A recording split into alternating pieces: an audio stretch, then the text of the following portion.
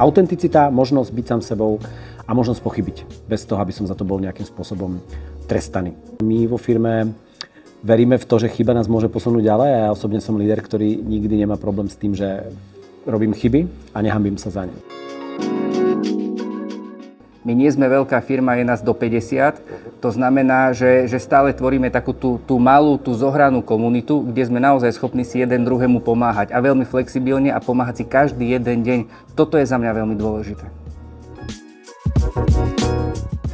Je to len moja starosť voči klientovi dodať nejaký výsledok alebo sprocesovať nejaký projekt, ale je to v podstate nejaká naša spoločná vizitka celej tej tímovej práce. Takisto ako oni mne podržia chrbát, tak takisto rovnako aj ja v podstate musím tú zodpovednosť niesť za celý ten tím. Čiže je to taká tá tímovosť, súdržnosť, to, že sa vieme oprieť jeden od druhého aj pri tých niektorých náročnejších projektoch. Zo všetkých prieskumov, ktoré dnes sú taktou najpálčivejšou témou za posledné 2 roky, je práve vzťah s nadriadeným.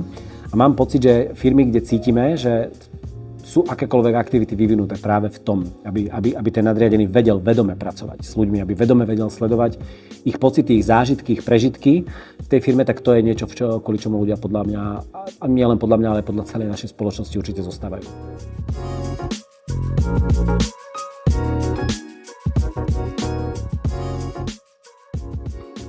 V rámci BOZP a takú súťaž, ktorú majú ľudia vo výrobe veľmi radi. Volá sa to, že Super Mario. Každý štvrť rok teda sa vyhlasujú výsledky za najmenší počet pracovných úrazov a v podstate tie týmy, tie business unity u nás, ktoré dosiahli ten dobrý výsledok, tak idú na takýto team building. Stabilný zamestnanec je udržateľný zamestnanec. Hej, že naozaj, keď máme zastabilizovaných tých zamestnancov, tak ten celý proces, celé to podnikanie je naozaj udržateľné. Seniorita u tých advokátov a u tých koncipientov je rôzna, alebo u tých konzultantov. A je potrebné prihliadať na tie podmienky, aj požiadavky, aj to, kam chcete, aby sa ten človek v podstate dostal. To znamená, my im vytvárame reálne podmienky na to, aby mohli ďalej rásť v tej firme alebo ďalej profesne rásť.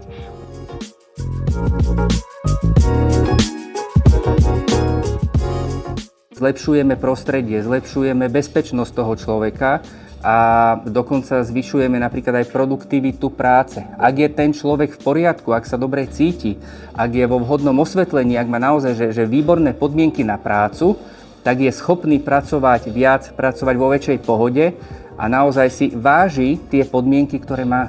Nie je tam za trest, nie je tam na silu, on to robiť chce. A to je dôležité pre toho človeka, pre mňa, aj pre toho zamestnávateľa.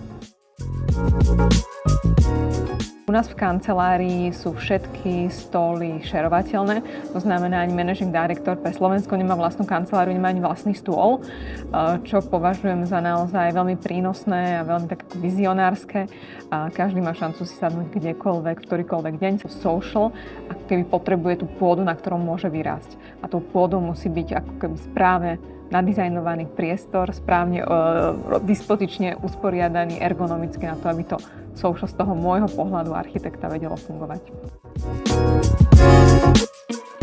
Tak ako určite zaujímavé skupiny, niekto chodí tancovať, niekto chodí na fotbal, tak takisto aj v rámci ESG vlastne tí ľudia, keď žijú v tej istej napríklad atmosfére a majú alebo zdieľajú tie isté hodnoty, tak to ich môže prepájať aj na tom pracovisku, nielen z pohľadu toho, že robia tú oblasť, ale napríklad to aj vnímajú rovnako. A to je od bežnej separácie odpadu až po možno nejaké aktivity, na ktoré buď pôjdu alebo nepôjdu, či ich urobia alebo neurobia. Takže to ESG vie byť nielen z pohľadu formálnych nejakých skutkov, ale naozaj ten spôsob života, spôsob konania eventov, spôsob stravovania, spôsob